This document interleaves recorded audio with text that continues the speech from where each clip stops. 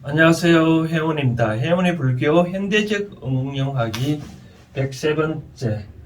이제 점점 마감, 이제 총 108번째 한다는데 점점 마지막 시간 다가오는데 그 중에 딱 오다 보니까 꼭 이제 부처님이 우리 중생들한테 하고자 했던 말씀들이 과연 무엇이냐. 지난번에는 이제 연기법, 총 7번에 걸쳐서 하는데 연기법에 대해서 말씀드렸고, 오늘은 이 삼독의 빠지지 마라. 삼독이란 말은 탐진치 삼독이란 말을 하잖아요. 우리가 불교에서 각종 의식을 할 때도 발언문에도 뭐 삼독에 빠지지 말라라고 그런 얘기를 하는데, 이 삼독할 때 탐은 이제 탐욕이잖아요. 그죠? 탐내는 마음. 그럼 진은 이제 진노한다 할 때 화를 낸다는 거. 치는 이제 어리석을 치자잖아요. 그죠? 내가 어리석음 같이 삼덕에 빠지지 말라라고 얘기를 하잖아요. 그렇죠? 그러면 이제 삼덕에 빠지지 말라고 하면서 불교에서는 이제 부처님은 여러 가지 말씀 드는데, 부처님은 중생들한테 항상 비유로서 항상 설명을 많이 하시거든요. 그래서 비유로 설명한 것 중에 불설 비유경이라는 게 있는데, 불설 비유경이 있는데, 그 비유경의 첫 비유로 들은 내용이 뭐가 있냐면 바로 이런 것이 있습니다. 안수정등이라고, 안수정등이라고 말인데, 이 안자는 이제 이 언덕 안자입니다. 언덕 안자고, 숫자는 나무 숫자고, 그 다음 정자는 이제 오물 정자인데, 등은 이제 뭐 등나무 등자입니다. 그래서 등나무 등자인데, 이 안수정등이란 이게 예가 나오는데, 이제 불교에서는 각종 여러 가지 벽화를, 지난번에 뭐 이 소를 타고 견우, 성우, 즉 소를 찾아가는 장면을 이제 통상 많이 깨달은 과정을 설명해 갖고, 또 어떤 절에는 특히 전라도 강진의 그 만덕산 백년사 가면 이 안수정등이란 모양을 그림을 이제 벽화를 그려놓은 장면이 있습니다. 잠시 한번 보여드린다면, 여기 왼쪽 그림이 만덕산 백년사에 있는 안수정등이고요. 우측에 있는 것이 일반적인 안수정등입니다. 그림을 잠시 설명해 드린다면, 코끼리가 있고 나무가 있는데 등나무 뿌리를 어떤 나그네가 붙잡고 있네요. 여기 흰지, 검은 지각, 교대로 깔아먹는 장면이 나오고, 여기에 뱀이 세 마리, 원래는 그러면 용이라고 되어 있는데 경전에는 이 용이 네 마리가 있습니다. 코끼리가 나와 있고요. 바로 이러한데, 제가 이 그림을 다시 설명해 드린다면 바로 이런 대목입니다. 뭐냐면, 이제 들판에 이렇게 들판에 나그네가 무심길에 사람이 걸어가다 보니까, 뒤돌아보니까 이 코끼리가 확 쫓아온다는 거죠. 그렇죠? 쫓아오다 보니까 이 나그네는 겁이 나가지고 도망갔잖아요. 도망가다 보니까 어느 언덕에 가니까 이 크다란 나무가 있고 등줄기에 이렇게 등나무가 있다는 거죠. 밑에는 이렇게 우물 속에 이게 등나무 줄기가 떨어져 있다는 거죠. 그래서 이제 할 수 없이 나그네는 이 코끼리한테 안팔 죽이려고 등나무를 줄기를 타고 이제 내려갔는데, 내려가다 보니 밑에 보니까 큰 이제 용이 있다는 거죠. 큰 용이 있더라. 등용, 흑용, 뭐 용이 있고, 그래서 다시 또 올라가다 보니까 여기에 또 이 네 마리의 독사가 또 있다는 거예요. 그런데 또 또 자세히 보니까 여기 또 흰지하고 검은지가 교대로 나와서 이렇게 깔아 묻더라는 거죠. 그러면 이제 그러다 보니까 죽었구나 생각하는데, 가만 보니까 여기 나무 속에, 여기에 등나무 위 나무에 벌집이 있었다는 거예요. 벌집이 이제 보니까 벌집에서 꿀이 떨어졌다는 거죠. 꿀이 떨어지다 보니까 이 나그네는 이 꿀을 이제 이마에 떨어져서 자기가 혀로 이제 이 꿀을 먹었는데, 몇 방울이 떨어졌냐면 5방울 떨어졌대요. 그러다 보니까 또 벌도 또 이 꿀이 떨어지니까 별도 내려와서 또 나그네의 또 이마도 또 속이다 하고, 그러다 보면 이 사람은 참 그럼 어떤 상황에 놓여 있겠어요? 올라가자니 요 독사가 있고 또 여기에 또 코끼리도 있고 또 밑에 내려가자니 밑에 그 세 마리의 큰 용도 있고 이러지. 그런데 이 꿀물이 떨어져 있으니 이 나그네는 이러한 위험 사항도 모르고 이 꿀물을 이제 꿀물만 이제 달콤한 꿀물 받고 먹고 있는 그런 상황이잖아요, 그렇죠? 그러다 보니까 이 부처님은 우리의 삶은 바로 이와 같다. 즉 우리가 코끼리는 인생의 시간이 무한한 그 무상함을 의미하고 코끼리는, 그리고 요 나그네는 일반적으로 우리가 말하는 사람이라는 뜻이고 이 동령은 일반적으로 그 죽음이라는 의미를 하고 요거 네 마리의 독사는 그 4대를 의미를 했다고 한다면 그러니까 지수화풍 그리고 요거 나오는 흰지와 검은지는 밤과 낮을 의미하고 그 다음에 5방울에 떨어지는 꿀물은 오욕이라고 오욕이는 그러니까 뭐 오욕에는 그런 게 있잖아요. 뭐 눈, 귀, 코, 입, 그다음 이제 촉감 이런 같이 우리가 좋은 꿈을 받아들이려 하는 욕망.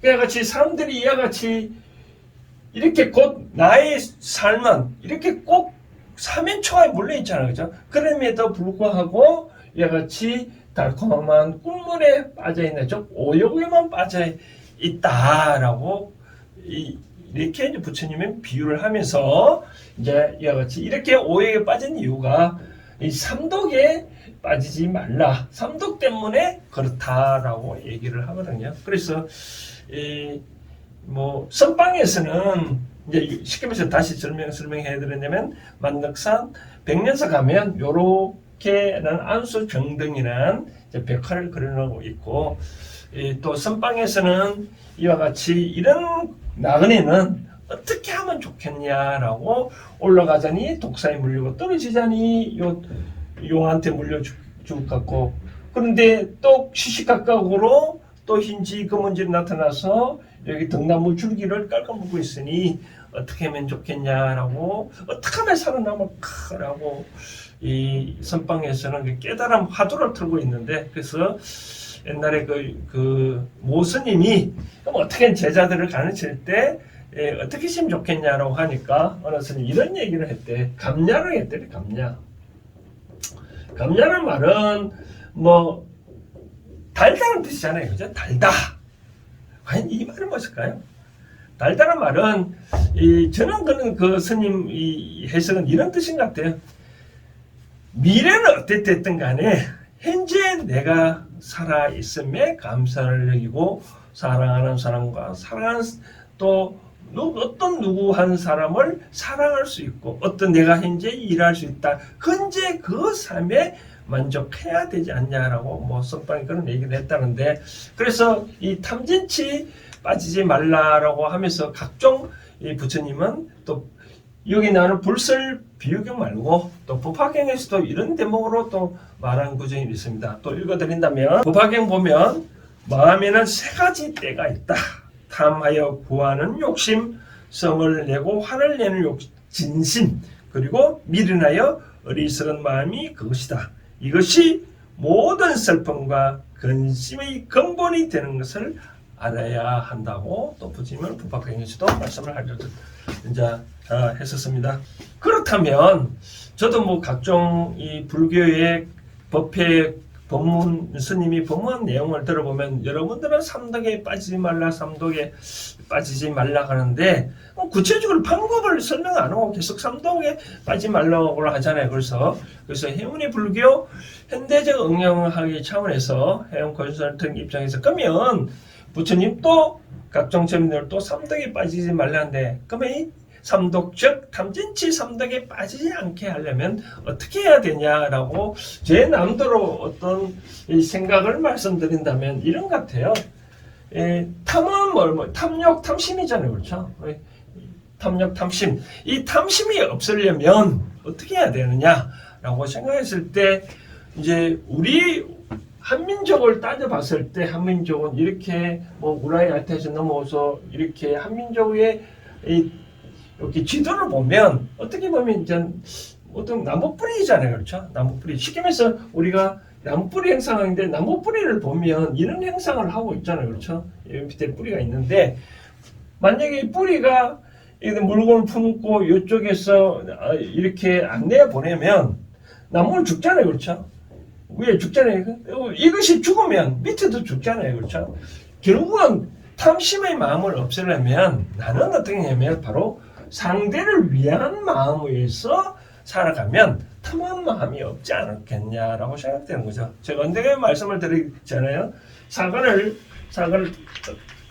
자를 때 자르기는 네가 자르고 선택은 상대방이 하게끔 하라. 그럼 어떻게 돼? 공평히 자르잖아요, 그렇죠? 그래야지 부처님 또 이 탐내는 마음을 가지지 말라고 할 때 탐내는 마음을 없애려면 어떻게 하냐면 바로 상대방을 위한 어떻게 하면 상대를 위해서 내가 살아갈 겐가 그런 마음을 견지하고 있으면 바로 탐하는 마음은 없지 않겠냐라고 말씀드리고 싶고 그 다음 진이라는 말은 진노 화를 내는 거잖아요, 그렇죠? 이 화를 내는 말은 바로 다름을 하면 내로남불을 내로남불 보면 내가 하면 오면서 남이 하면 뭐 불륜이라 그런 말 있잖아요, 그렇죠? 그렇게 하는 이유가 상대를 잘 모르기 때문에 그렇거든요. 상대를 잘 모르기 때문에 이 내가 화를 내는 것은 상대가 막 예를 들어서 상대가 말을 막 이렇게 하니까 내가 화를 내잖아요, 그렇죠? 화를 내는 것은 이 상대가 왜 이 사람이 나한테 욕을 하는지 큰 소리를 지는지 내가 알면 절대 화를 안 내잖아요, 그렇죠? 뭐 예를 들어서 길가 가다가 어느 순간에 누구한테 저랑 이렇게 대화를 한 적이 있는데 길을 가다 보니까 바닷물이 육지가 가깝게 있는 거죠, 그죠? 강물이 만약에 비가 오면 바닷물이 넘치지 않을까라고 하잖아요.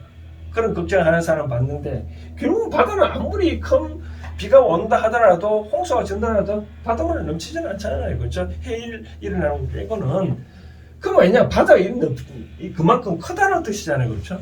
그렇기 때문에 누가 나한테 욕을 하고 뭐 어떻게 뭘 한다고 해서 내가 화를 내는 것은 내 바다처럼 내 마음이 넓거나 왜 상대방이 그렇게 말하는 걸 안다 그러면 바로 바로 이 화를 내는 그런 건 없지 않겠냐라고 생각했고 그 다음 치는 바로 어리석음이잖아요, 그렇죠? 이 어리석음이라는 말은 왜 생기느냐 결국은 어떤 생각이 마찬가지로 탐하는 마음 없는 것처럼 내가 상대를 위한 마음이 없고 나만을 생각하니까 어리석음이 나타나는 거죠. 예를 들어서 하나만 예를 든다면 이런 경우 있겠죠. 만약에 내가 화장실에 들어갔다. 그 신발이 이렇게 거꾸로 만약에 이렇게 돼 있다면 내가 또 이거 바로 신으려면 이렇게 돌아서잖아요, 그렇죠? 돌아서 신고 다시 이렇게 가는데 만약에 내가 이 화장실에 들은 신발을 신은 사람을 상대를 위한 마음이 있다면 나올 때는 어떻게 나오겠어요, 그렇죠? 바로 이렇게 신발을 똑바로 다음 사람 들어가기 위해서 신발을 잘 바로 놓지 않을까요, 그렇죠? 이처럼 이 지혜, 탐진치 어리석음을 없애는 방법 지혜는 내가 똑같이 상대를 위해서 내 곁에 있는 사람을 어떻게 하겠다고 그런 것들의 삶을 살면 이 지혜는 이 스스로 나오지 않을까요?